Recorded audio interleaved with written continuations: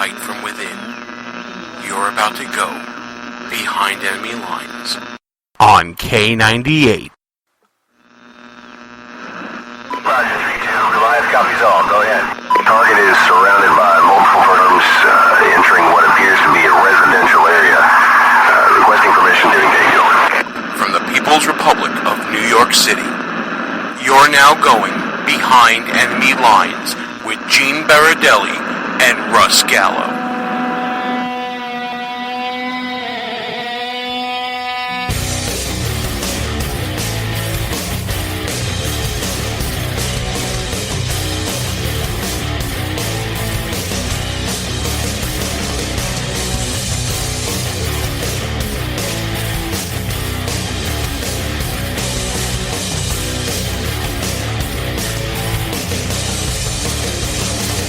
And you are now behind enemy lines. Hey there, how you doing? Gene Baradelli here with Russ Gallo. Russ, how are you doing, my brother? I'm back. And thank God you are. Can't even say that on the air anymore. Because since you've been away, the country's gone nuts, Every bro. time I take a week or two off, the wheels fall off the whole country. What the hell's going on here, Gene? I have no clue what's going on here. Do we have a First Amendment still, or did the court misinterpret that one too? All I know is, in the past month, people who are born men are claiming to be women. People who are born white are claiming to be black.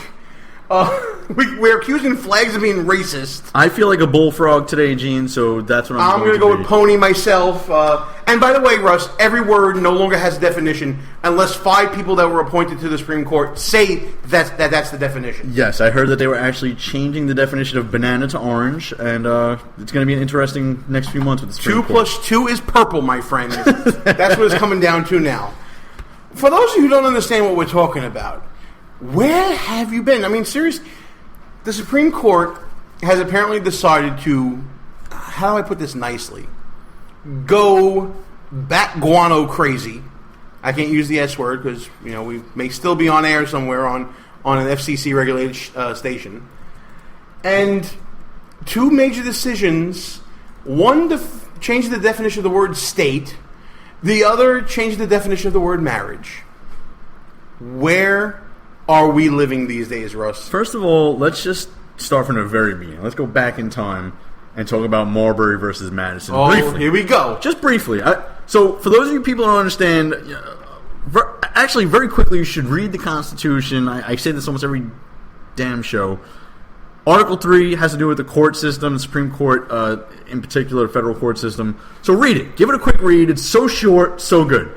And then just look up Marbury versus Madison. Marbury versus Madison, the case that established judicial review of federal laws and state statutes as well. Yes, so now let's actually break it down for the Brooklyn and Philly people listening to the show. Judicial review. What the heck is that? Naked power grab is what it is, right? So judicial review, yes. Marbury versus Madison. In that case, the Supreme Court gave themselves the ability, the power of judicial review. And what is judicial review? The argument being that the court has the implicit power to review law to determine the constitutionality of it, not because the Constitution says so. Yeah, was that did I miss that in Article 3, James? You didn't, because It's not there. It's not because the Constitution says so. It is implicit in the power of the highest court in the land to do that. That's the gist of it. So the founders didn't put that into the Constitution as one of the court's powers, but the court figured this out in 1803 themselves, that this was a power that they should have had, and they gave it to themselves. And moreover, the legislature did not change their jurisdiction like they could pursuant to Article 3. That's what kind of codified it by implication, if you think about it. Which, by the way, for you people who are trying to figure out what is the solution to a runaway Supreme Court and how do we fix this? I hear constitutional amendments being thrown out there, one of which I think you were telling me earlier, Gene, about, was it Ted Cruz? Ted Cruz has put out there in an article that he did for, I believe it was National Review, we'll check on it in a second, that he is going to be proposing a constitutional amendment for recall elections for Supreme Court justices that are appointed and that serve more than 2 presidential terms, to give the people a chance to recall a justice if they feel like that justice is not serving the needs of the bench.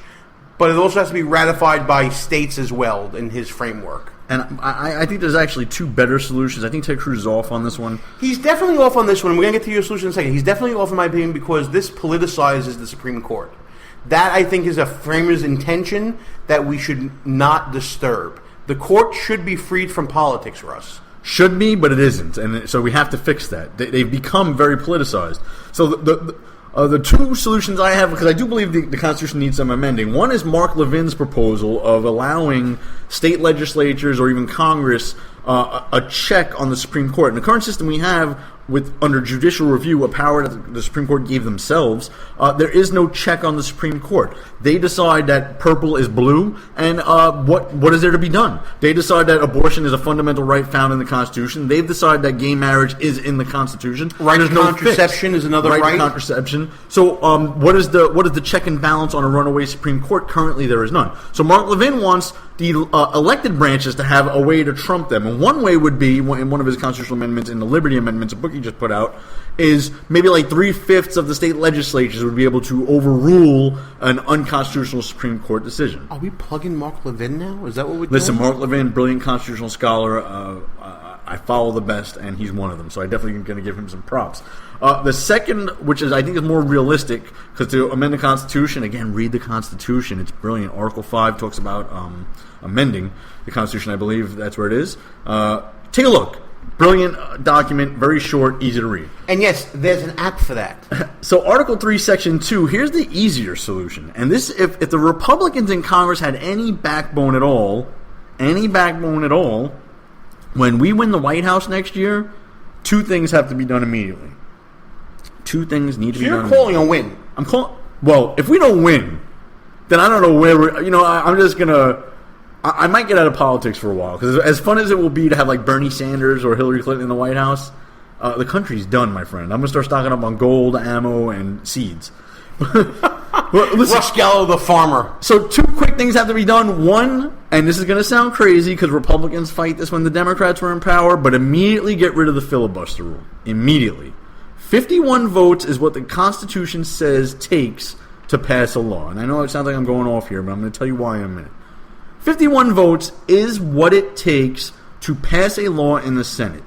The Senate, by the way, the 60-vote filibuster rule, and this is a great show because we get to teach a little bit about civics, which they don't do in school. It's a teachable moment show, folks. Teachable moment. So 60 votes, Gene, filibuster. What is that?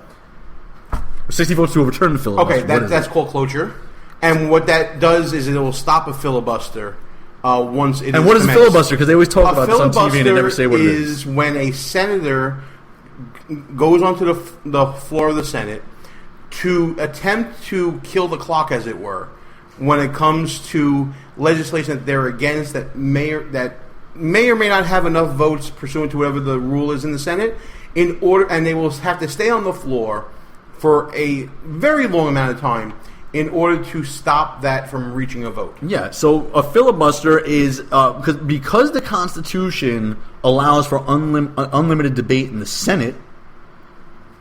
If you look at old videos, a senator used to have to stand up there with a book or the Bible they would read or an encyclopedia set, and you had to physically debate. And you can go for as long as you can until you ran out of steam and tapped out. And then the next senator can go do it too. But in reality, there was a finite amount of time that senators can stay up there before they ran out of steam.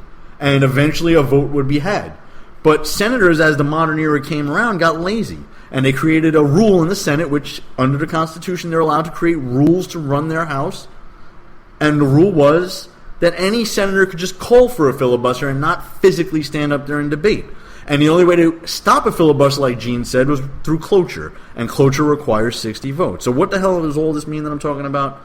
To pass any law now through the Senate, you need to reach cloture, which requires 60 votes. To end a filibuster, which senators don't have to physically be up there debating. They just have to raise their hand and say, well, I'm instituting a filibuster. It's the hipster version of filibuster now. Yeah, so this is a totally unconstitutional thing. It's a rule that the Senate made up, nowhere to be found in the Constitution, and every time a party gets in power but doesn't have 60 votes, they still can't get things done. So when we win the White House, if we don't change this rule, people, you think about getting rid of Obamacare. How are you going to get rid of Obamacare? You have 50 some odd Republican senators. You're going to need Democrats to jump on board for cloture. All right, so I don't want to go too far into that anymore. And by the way, this is something that the Senate can do now within their own rules. They can do it right now. That's what I mean. This is something I would wait until we get a Republican president, but they should do it now, or as soon as we get the president. So now that's step one. Remember I said there were two things they had to do. They get rid of that. And then step two is just read the Constitution, you Republican idiots in the Senate and in the House. And when we get a Republican president, don't be a dummy. Read the Constitution. Article 3, Section 2 says, in all cases affecting ambassadors, other public ministers and councils, and those in which a state shall be a party, the Supreme Court shall have original jurisdiction. Original jurisdiction means that cases can be brought directly to the Supreme Court, not go through what the other type of jurisdiction is, which Russ is going to explain right now. In all other cases, and this is still now coming back from the Constitution, in all other cases before mentioned, the Supreme Court shall have appellate jurisdiction, both as to law and fact, with such exceptions. This is the important part. With such exceptions, and under such regulations as the Congress shall make. So, under Article 3, Section 2, the Supreme Court is rogue right now. You know what? Congress can pass laws saying they don't have jurisdiction or appellate jurisdiction over any cases involving X of Y and Z and limit the Supreme Court's jurisdiction. And that's an easy fix without amending the Constitution. And like I said, you get rid of the filibuster rule, 51 votes, you get a Republican-controlled Senate, and the House is clearly Republican, a Republican president, you'll be able to restrict a lot of what the Supreme Court can hear. And they deserve it. They damn sure deserve having their jurisdiction limited. Well, as I am reading the Constitution now, reading Article 3, Section 2, Clause 1, the power of the judiciary shall extend to all cases in law and equity arising under this Constitution, the laws of the United States and treaties made, or which shall be made under their authority, to all cases affecting ambassadors, other public ministers and councils, to all cases of admiralty, maritime jurisdiction. It says it right there, folks. It's the training manual for your American life. If you're not reading it, you should be reading it. Cases in controversy between two and more states, that's actually, called diversity jurisdiction. Between citizens of this state and another state, between citizens of different states, between citizens of the same state claiming lands, et cetera, et cetera, et cetera. So the power extends to all these cases, but then you look at the types of jurisdiction that Russ was talking about in Clause 2. Yes, the power extends over this type of law, but then the jurisdiction can be narrowed by Congress. It's pretty elegant when you think about it, that is the way that the check and balance system is supposed to work with the judiciary. The legislature is supposed to have that check and balance. Because think about it, Gene. Do you believe, knowing what you know about American history, that the founders ever intended 5 unelected justices on the Supreme Court to have the final say on laws, of the final arbiter of all laws, or be able to legislate from the bench? Do you really believe that that's what the founders wanted, 5 unelected people to have that power? I don't think they wanted them to have an unfettered power. I don't think they would want judges to be tyrannical from the bench. I think that there was an element of trust when it came to developing the judiciary and developing Article 3. And I think that trust was that the court wouldn't become politicized. And that's what's happened here. The court has become politicized. Which is why they allow for a lifetime appointment. But it's clearly politicized. I mean, if you can predict which way judges are going to vote, or justices are going to vote before the case, based on which president appointed them, you got a real problem here. And the greater problem is that even the justices appointed by Republicans, because Republicans like to play by these rules. Like, I don't have any litmus test issues. Oh, you don't? You don't have a litmus test issue. So if you're the president of the United States and you're appointing a justice to the Supreme Court, in your private conversations with that justice, you're not going to ask them questions about Roe versus Wade or this gay marriage decision that just came out. You're not going to ask them those questions to get their gut reaction. Well, then you're a damn fool, and you shouldn't be appointing people to the Supreme Court. Because if you think that Democratic presidents don't have litmus test issues? You're out of your mind. Look at Sotomayor. Look at Ginsburg. That rat. Look at Kagan. You don't think these softball player, bowling playing, I can't even say what I really want to say, justices didn't get asked some litmus test type questions? You're out of your mind. You know, I'm going through different websites as we're speaking right now. There was a case back in 1796 called Weisskopf versus Daci. And the Chief Justice at the time, Oliver Ellsworth, suggested that, quote, if Congress has provided no rule to regulate our proceedings, we cannot exercise an appellate jurisdiction. In dissent, in that same case, Justice James Wilson maintained that appellate jurisdiction flowed directly from the Constitution until Congress took steps to make exceptions to it. And that's been the view that I believe that's been held by the majority. Congress has not acted to either expand or contract appellate jurisdiction. So without any action by Congress, by failing to act from Marbury versus Madison to today, they have left the court to their own devices. They have left the court to determine their own fate, to determine what they can review and what they can't review. And that's why we're in the situation we're in now, because Congress has failed to act. And, Gene, that is the root cause of so many problems that we have. Think about this. The most representative branch of government is clearly Congress, right? Because if you have 435 members, they're the most representative branch. It's not one president and vice president or 9 Supreme Court justices that are unelected. These people are directly elected by the people of the districts they represent. They're punting on outlining the jurisdiction for the courts. They've punted that throughout all of American history. And even look at the trade deal, the TPP, fast track.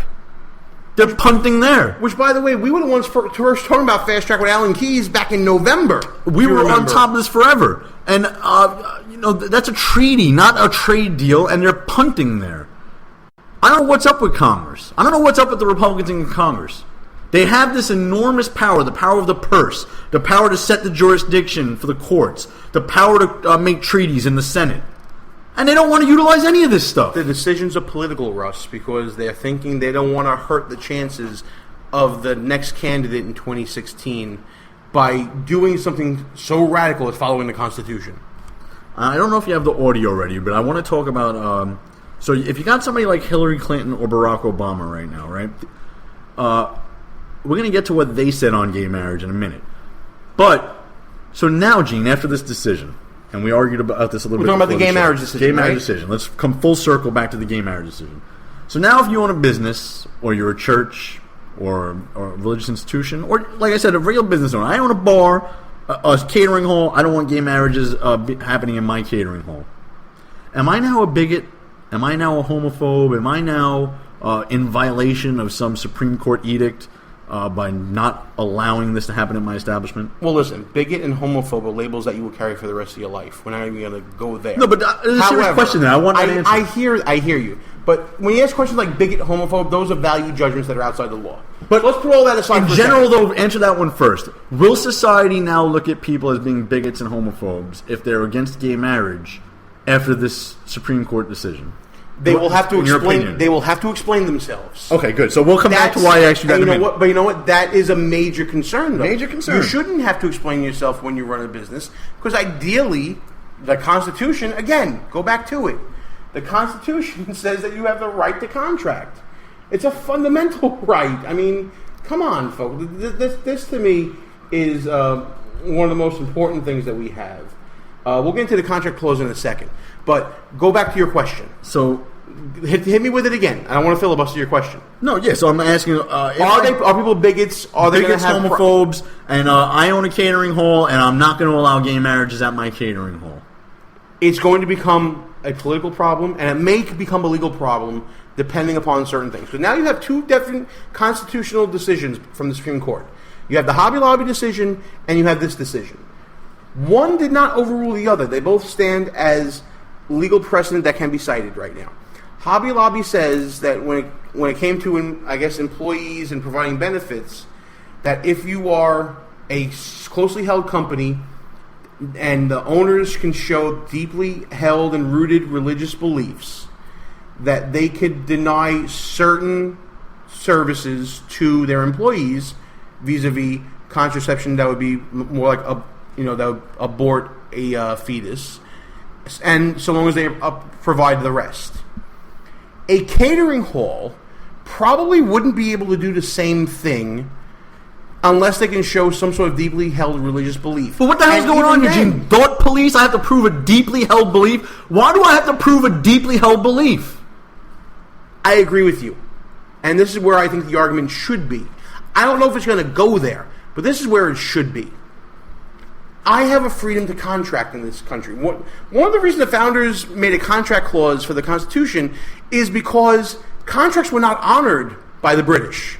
They could be freely revoked, because you weren't a real citizen of the Commonwealth. You were in the colonies. You were different.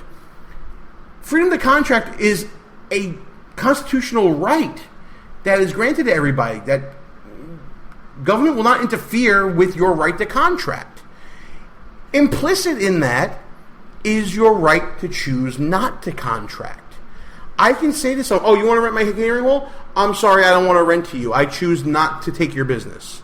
A business can do that. A business may not be in business long by doing that, but a business can and should be able to do that. It's freedom, Russ. It doesn't have to be nice. I think that while you may be right on some of the things you're saying, I just don't want people to be too naive out there and buy this hook, line, and I said it's an argument. It's not law. It's an argument. Well, I'm saying even with the right to contract, implicitly you have a right not to contract, you're saying. By the way, Gene's an attorney. I'm not. I'm just some guy from the streets in Brooklyn. But I know last year I got forced to buy some kind of health insurance, so I didn't have the right not to contract there, Gene boy. Right, because they used a different clause of the Constitution. Which is to justify the Interstate Commerce Clause, claiming that everyone will have to buy this at some point in their lives. And please tell me, Mr. Gene, how that's constitutional. Everyone must. So if everyone's going to need to eat broccoli. Broccoli is good for you. So now under the don't start because there is a broccoli lobby out there, and they are are all about thought police. They are in every kid cartoon. They are on every show. Oh, broccoli's good for you. Don't even start with me with broccoli. And I'll tell you what offended me, Gene, and it's not the broccoli thing. We're going to get some audio clips in a minute. But the broccoli thing drives me nuts. The Confederate flag thing, right? So that's a big issue now. Well, what about Obama turning the White House into a big gay flag with the rainbow the other day with the lights? That ridiculous? No, but I'm serious here. What about people who have deeply held religious beliefs who are offended by that? That's not right. I agree with you. What if it was a Confederate flag on the White House? I mean, this guy, the left is out of control. As a matter of fact, Gene, let's go to the clips. Let's play what Hillary Clinton and Barack Obama, they themselves said about the issue of gay marriage. All right, let's start with Hillary Clinton. Right. I believe that marriage is not just a bond, but a sacred bond between a man and a woman.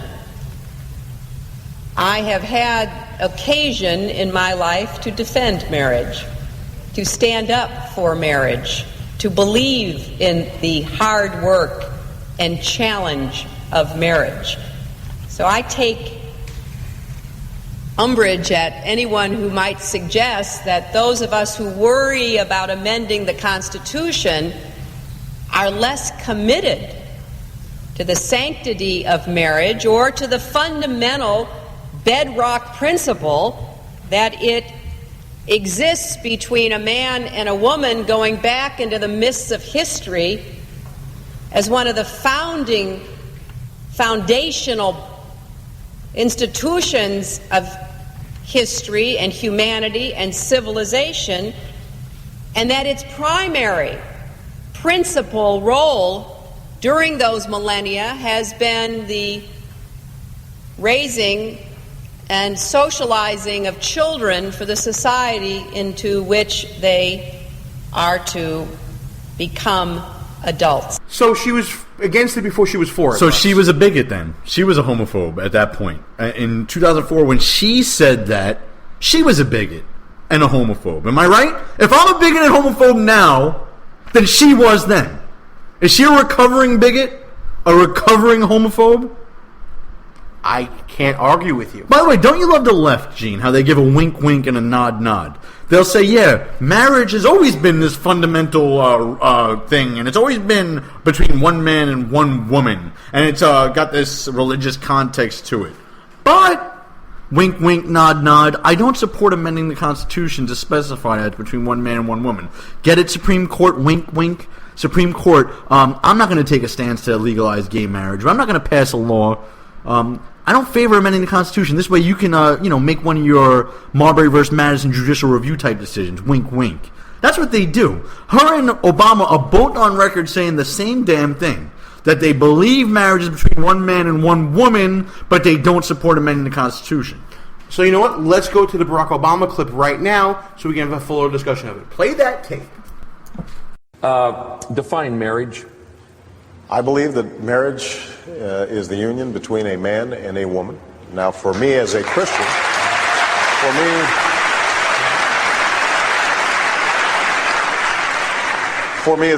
it's also a sacred union. God's in the mix.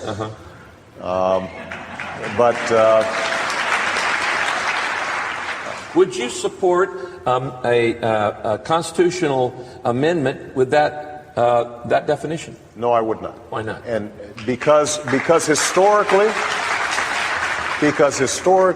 we have not defined marriage in our Constitution. It's been a matter of state law. That has been our tradition. Now, let's break it down. The reason that people think there needs to be a constitutional amendment, some people believe, is because of the concern that about same-sex marriage. I am not somebody who promotes same-sex marriage. So God was in the mix in 2010, but now when we break it down, God's dead. Is he a bigot? That was 2010, Gene. So is President Obama, was he a bigot? Is he a recovering homophobe himself now?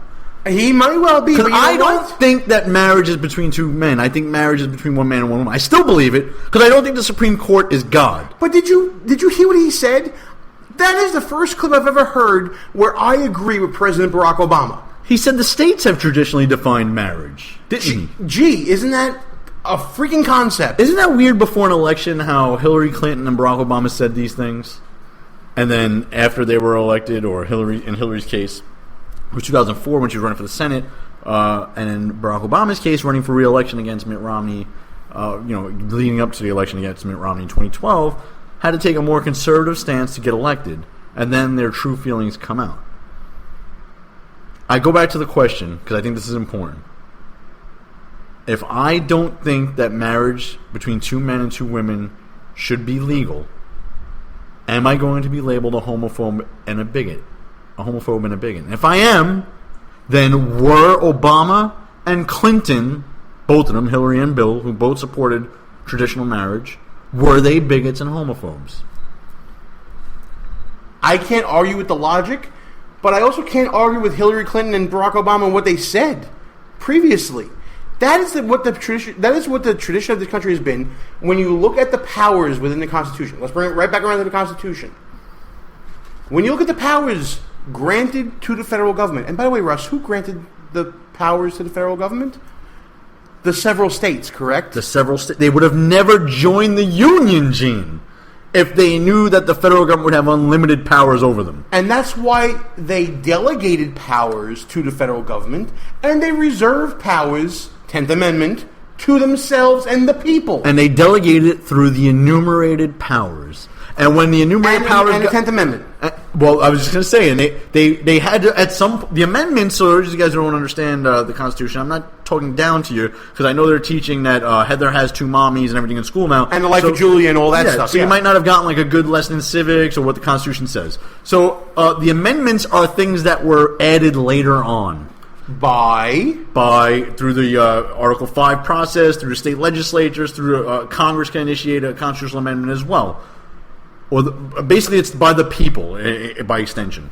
But the Bill of Rights was more of a compromise. It was a compromise, but it was needed. The Bill of Rights, which were the first 10 amendments, they were all put through at the same time, were not in the original Constitution by definition. They were amendments. They got amended. So once in the original Constitution, without any of the amendments, which, without the amendments, you didn't have it wasn't outlined specifically. You had the freedom of speech, freedom of press, and all that stuff. But in Article 1, Section 8, it was clearly defined what the federal government's powers were and what Congress can do. They were the enumerated powers. They added the 10th Amendment to clarify. The 9th Amendment, too, is very important. Go look at that one as well. But the 10th Amendment was added to say specifically that whatever was not granted to the federal government was left to the states and the people respectively thereof. And what does that include? Matrimonial law. I would say matrimonial law was not in Article 1, Section 8, nor was it anywhere else in the Constitution that I could find it.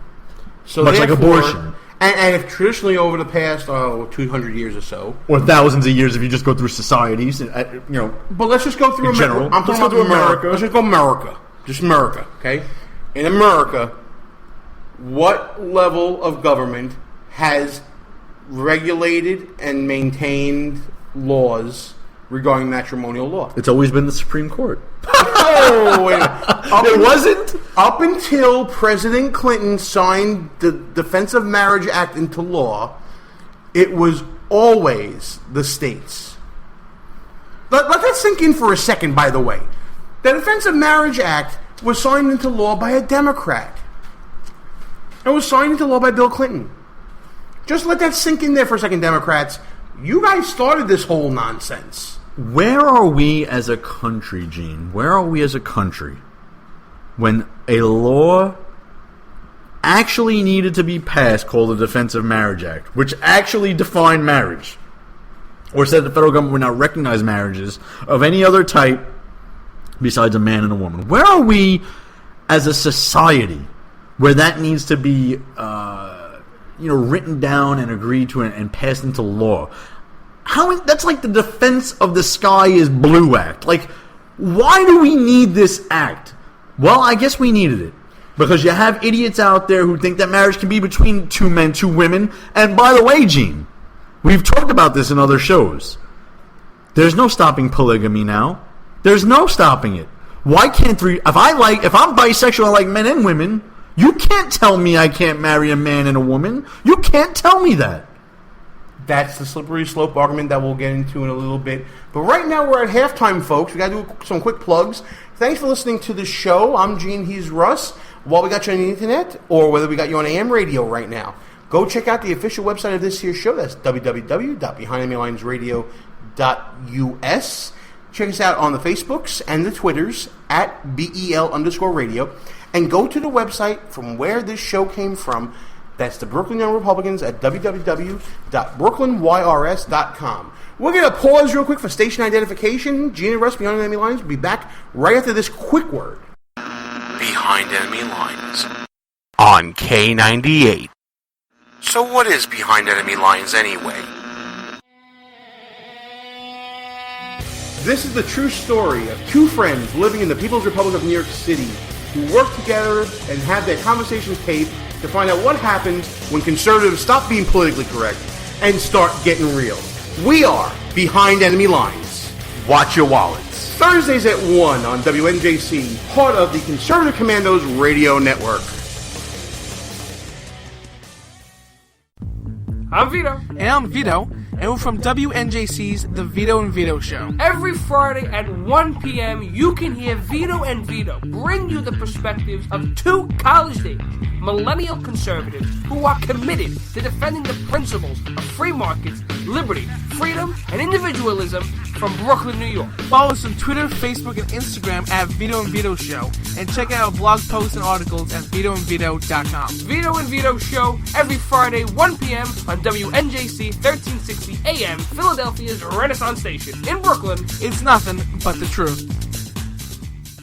Who might you save? Your mother, your father, your husband, uncle, aunt, son. Learn FAST, F-A-S-T, the sudden signs of a stroke, and you could save. Your friend, teacher, boss. F, face drooping. A, arm weakness. S, speech difficulty. T, time to call 911. F-A-S-T. That's F, face drooping. A, arm weakness. S, speech difficulty. T, time to call 911. The sooner they get to the hospital, the sooner they'll get treatment. And that can make a remarkable difference in the recovery of Your neighbor, the waiter, grandmother, grandfather. So learn FAST, the sudden signs of a stroke, then pass it on, because you never know who might save you. Your wife, your colleague. Spot a stroke fast. Visit strokeassociation.org, brought to you by the American Stroke Association and the Ad Council. Behind Enemy Lines. Back on the air. Gene and Russ, back behind enemy lines. You know, Russ, the two decisions that happened last week on Obamacare and gay marriage aren't the only decisions that are, or should be, I should say, making news. Well, Gene, sometimes this rogue Supreme Court actually does more harm when they don't make a decision. Exactly right. Now, of course, we're talking about the decision coming out of Arizona and Kansas in the matter of, I believe it's pronounced Kobach, Kobach versus Election Assistance Commission, which was about whether Arizona and Kansas could require voters to prove their citizenship when registering to vote with a form that is only meant for, I guess, federal elections that they call the quote-unquote federal form. Is it just me, or why is this even going before a Supreme Court, whether or not you're a citizen and you can vote in a federal election? Isn't that the most... Come on. What is wrong with Arizona and... I'm, like, baffled here, Gene. Like, we talked about what's wrong in our society when you have to create a law called the Defense of Marriage Act. Why in the world would anyone be against you having to prove you're a citizen before you can vote in this country? Because you're racist. Who's against this? Because you're racist. You're a racist now. Gene, this is insanity. So the federal form by the EAC, which is an agency created by Congress, some federal agency, and this is really the fourth branch of government, these agencies, the bureaucracy. EPA, the bureaucracy. Yes. That, they legislate, they adjudicate, and they have their own administrative they case do everything law and all themselves. this other nonsense. How is it that... Oh, my God. So they've I created can't a wrap my head form around this. where you just basically say, yeah, I'm a citizen. I check the box. Don't have to prove it. I swear I'm a citizen. Under penalty of perjury that I'm a... Gene, are we through the looking glass now? Oh, we're there. We're there. Is it wrong for a store, or is it wrong that the government makes stores and bars ask for ID to prove that someone's over 21 years old? Is it wrong for a store, when someone's purchasing cigarettes, to ask for ID to make sure that they're either 18 or 21, depending on where you are in the People's Republic of New York City? Can a store or a bar, instead of asking for ID, just have the kids sign a postcard saying, I swear or affirm that I am over 21 years old, under penalty of perjury? Yeah, I think that's a different standard than what we're talking about. The government has their own standards, and us little people have our standards. You know what I mean? I mean, where are we as a society that this... So basically what happened, Gene, explain what happened. Here's the what court happened didn't hear with the this. case. The Supreme Court chose not to... By the way, people, they get to pick... So I'm sorry to cut you off here, Gene, but the Supreme Court, before he goes into this, they get to pick and choose what cases Under they hear. appellate jurisdiction, yes, they can. It's called giving someone a writ of certiorari. It happens at the state level as well. The Supreme Court of the jurisdiction can pick and choose what cases they want to hear, mainly because there'll be a conflict amongst the lower appellate jurisdictions, and they want to create one unified precedent instead of just having, well, this department has this precedent and this circuit has that precedent, and we want it all to be the same. So because there's really no disagreement regarding the cases done at the appellate level in Arizona and in Kansas, because there is no fundamental disagreement between those jurisdictions, the court decided, this is an issue for us to take up. There's no inter-circuit controversy that they need to wade into. They essentially punted and allowed the appellate circuit court level decision to stand. This is common amongst these cases. So now what does this mean? This means when it comes to the state form still stays the same, and the federal form is still this loophole. So if you're an illegal, Gene, if you're an illegal immigrant from how dear neighbors from the South. I don't want to sound like Donald Trump too much here, but you mean the gang members and the rapists? Is that what you're talking about? There's some good ones, he said. So if you're one of the good ones that snuck across, or there's not some one of the good ones out there, he says. And you wanted to register to vote, Mr. Berardelli, which form are you going to use? Oh, if I'm not a citizen, and I know that I'm getting all these benefits from the government, and the Democrats are going to basically take our tax money to pay me to basically not work. Yeah, I think I'm going to go with the federal form so I can help out those people who are helping me out. And I like to illustrate things, so let me give you a realistic paint a picture scenario, with words, if you will. But I'm going to ask you a question. So let's just say you were a transgendered, illegal immigrant, rapist, murdering... Gang member. A Latin king. Wepa. Or Sereno is probably more accurate. Andale, so let's say that was your pedigree. That's Speedy Gonzalez, folks. That's not anything racist. You're likely to want to come here and vote for Hillary Clinton, I assume. I'm going to make a wild leap and say if you've met the criteria I just outlined, you're probably going to want to vote for Hillary, and you're illegal. So which form are you going to fill out if you're that person? The federal form, I'm going to imagine. C. I'm lost here, but we've illustrated... The Supreme Court is not the only problem, Gene, because in this case, the Supreme Court... We don't want...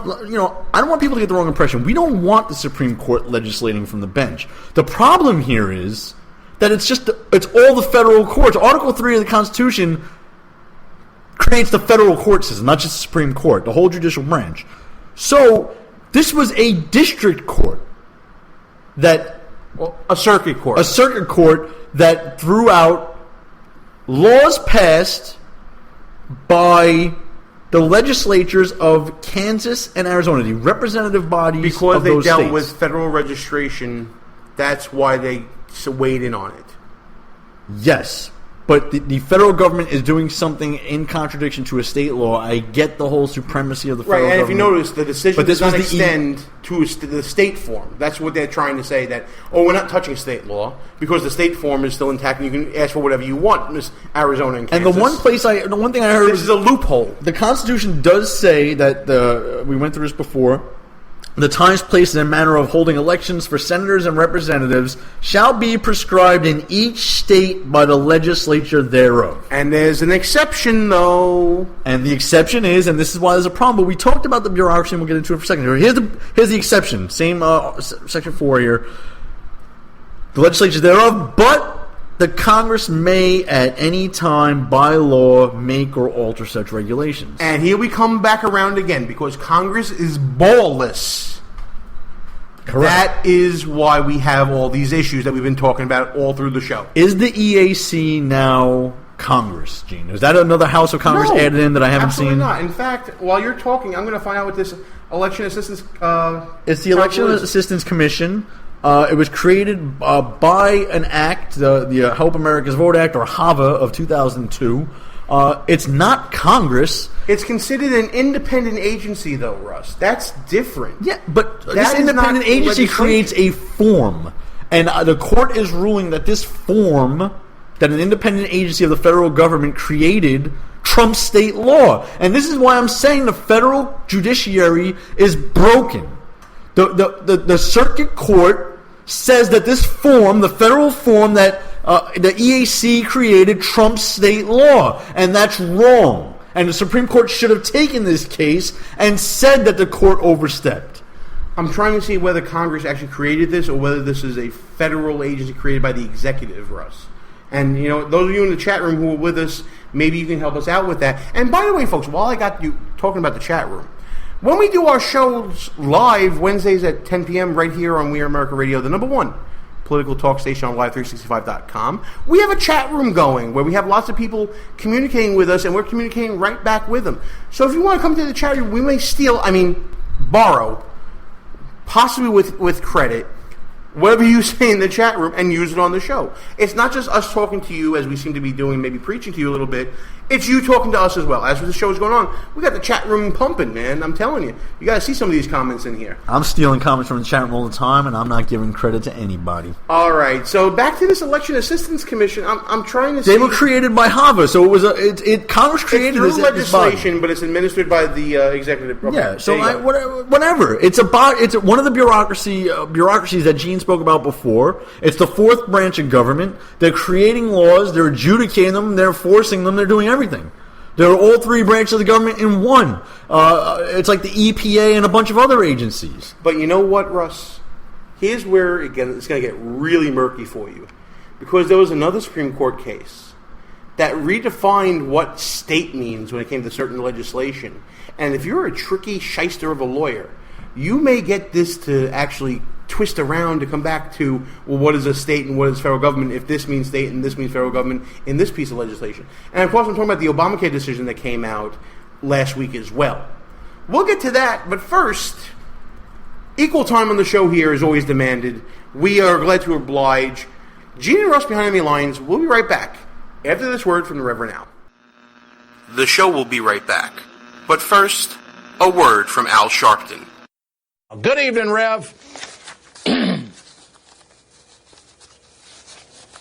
Thanks Good evening, to Rev. you, Ed. Is this Groundhog Day 2? We are watching that was Attorney General Eric Holder, ABDs, about some Republicans at home are already beating the drums of war. Today, the Pentagon refuted that claim. And he said the American people do not want him to, quote, dwindling, they do not want him dwindling his thumbs. You can get a gig as a contortionist. Intravenous fluids and pills coated with gelatin. We don't leave our women or men in uniform behind. It's a monument to the hubris of Dick Cheney, Representative Raul Labrador. Years of abuse. I personally apologized to Mr. Peebles. Just ask to soon-to-be former Congressman. Democrats are outright jitty. CIA's counterterrorism center. Veteran Affairs Secretary Shinseki. Why do I always mess up his name? Shinseki. I love my critics. I have fun with that. Politics Nation with the Reverend Al Sharpton starts right now. Good evening, Rev. Good evening, Dr. Dyson. But wait, there's more. And we will much about that be committed. So there's no real conflict. Michael Druniak, including Lincoln himself, Daniel Day-Lewis. Behind Monica Lewinsky, the one and only Trey Songz is here. But Allison Lundergan Grimes, Gina DeJesus, when Gina DeJesus, Tea Party challenger Matt Bivens. People don't want to have their Social Security overall. The Republican savior, Mark Rubio's big night. In evolution and Galileo, I mean this whole thing of Galileo, America's changed. Unless IT and Skillets, President Putin doing something similar back in, it won't change this fundamental fact about the GOP. Just how absurd these attacks is. Nearly 6 months after the dangerous traffic jam, the Thai military says, my friend for many years, Ilyana Van Zandt.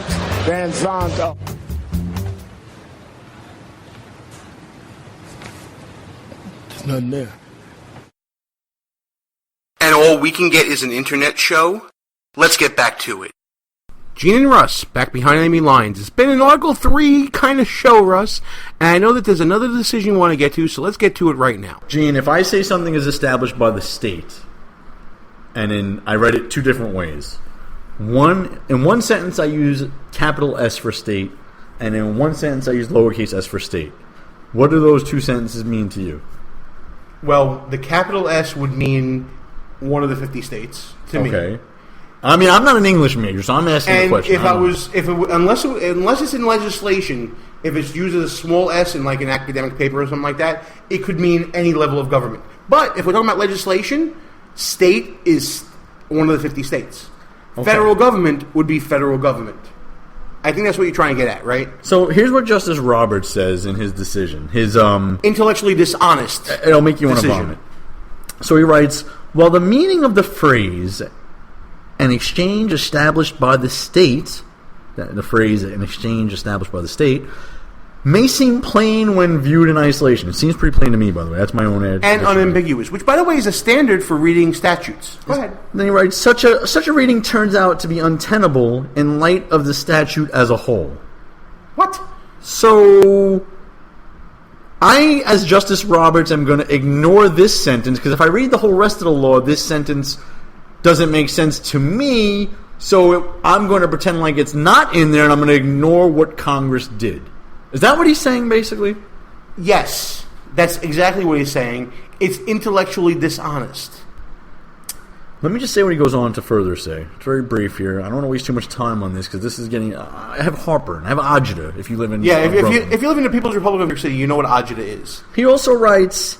Congress passed the Affordable Care Act, which is Obamacare, to improve health insurance markets, not to destroy them. If at all possible, we must interpret the act in a way that is consistent with the former and avoids the latter. So we're not to interpret it to ensure that it comports with the Constitution or the intent of the drafters, but we need to make this law. Congress wanted to achieve. We need to make this law stand, is what he's saying. No matter what. No matter what. That's what he's saying. A poorly written law. He's acknowledging that it's poorly written, but we'll just strike that piece that's poorly written or amend it. Pay no attention to the word behind the curtain. Because, by the way, the established by the state in the law was capitalized. And real briefly, I just have to go into this briefly, Gene. I know we're going to move on quickly. So here's the issue at hand. I forgot we just jumped into a case, and maybe many of you don't even know what we're talking about. Obamacare basically said, this was a political calculation done by the Obama administration. Exchanges, healthcare exchanges, will be created by the states, capital S, and anyone who gets their insurance through these exchanges will get a subsidy by the federal government. This was done as a political calculation that governors, Republican governors, would have to set up these exchanges in their states because the people of their states would demand these subsidies. But what happened was over 30 governors said, we're not going to do it. We're not going to do it. We're not going to set up these exchanges. So what happened? In came the federal government. The federal government, in violation of their own law, the Affordable Care Act or Obamacare, set up these exchanges themselves and gave subsidies. But the problem is, the case eventually got to the Supreme Court. The argument was made that the federal government had no right. They had no authority to give these subsidies because the law itself said that the exchanges would be set up by the states. Now let's talk about a real-world consequence of this federal exchange being created. If you got your insurance through this federal exchange, what was going to happen, given logic taking control, which it clearly didn't, but if the logical decision would have come down that this exchange should not have existed and people should have gotten insurance from it, those insurance policies would have been canceled, and they would have had to go to a state exchange to get their insurance. And they would have lost their subsidy. They would have lost their subsidy. Which is why the argument has been made recently that maybe some Republicans were happy about this because we would be seen as possibly disrupting the apple cart and we had no plan to fix it when all these people... Yeah, we only like to talk about disrupting the apple cart and not actually doing it. Remember when John Boehner was saying that he would not let Obamacare stand? How many years ago was that? And we're coming up on another election talking about it? But, Gene, the scary part of all of this is that Roberts lets the cat out of the bag here. That he lets him off the hook is what he does. But he's afraid of the consequences to the actions of the court. So he's not intellectually honest, like you said, and he's not checking to make sure that laws comply with the Constitution of the United States. He's worried about the outcome of their decisions. So if he makes an unpopular decision that may trigger riots in certain communities, they're not going to make that decision. Even though it may violate the Constitution, we're going to look the other way because we're afraid of what might happen. Is this law poorly written and in this case, it's not even a constitutional issue. This is a statutory issue.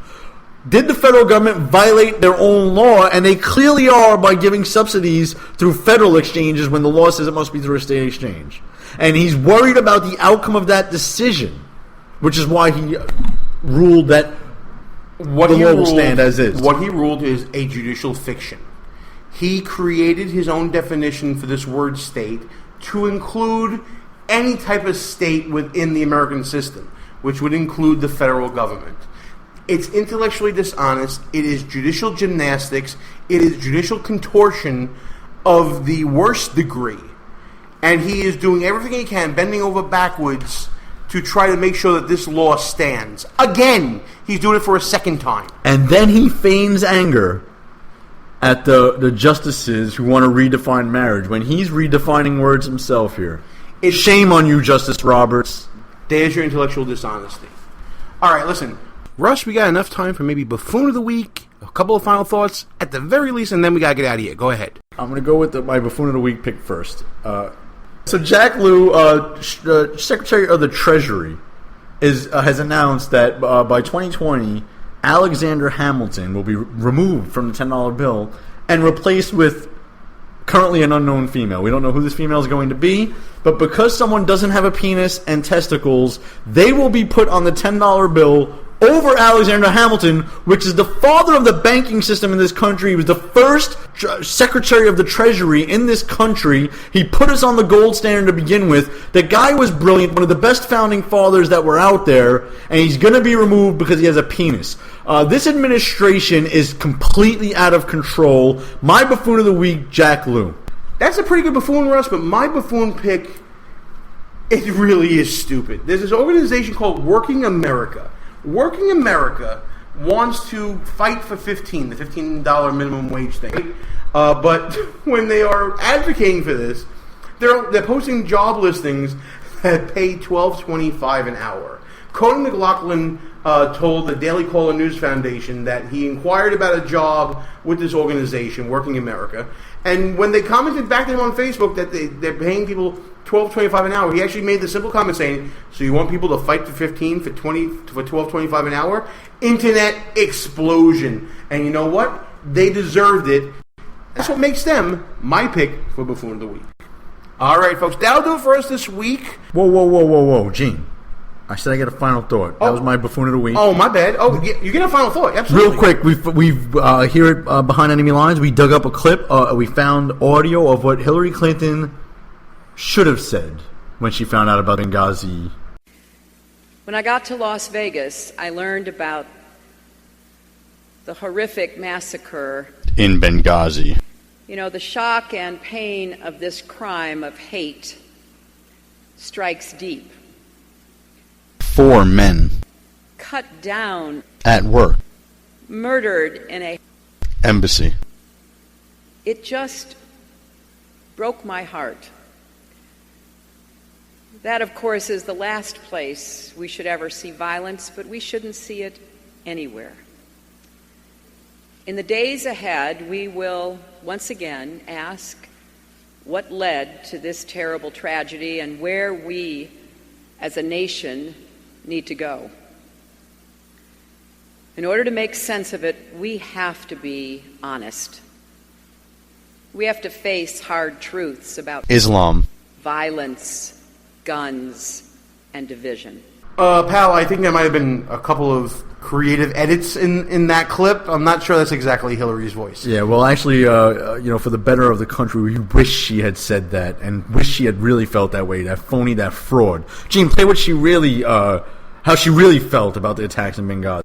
Because even today, there are questions being raised. Now, we have no doubt they were terrorists, they were militants, they attacked us, they killed our people. But what was going on and why they were doing what they were doing? No. Again, we were misled that there was supposedly protests and then something sprang out of that, an assault sprang out of that.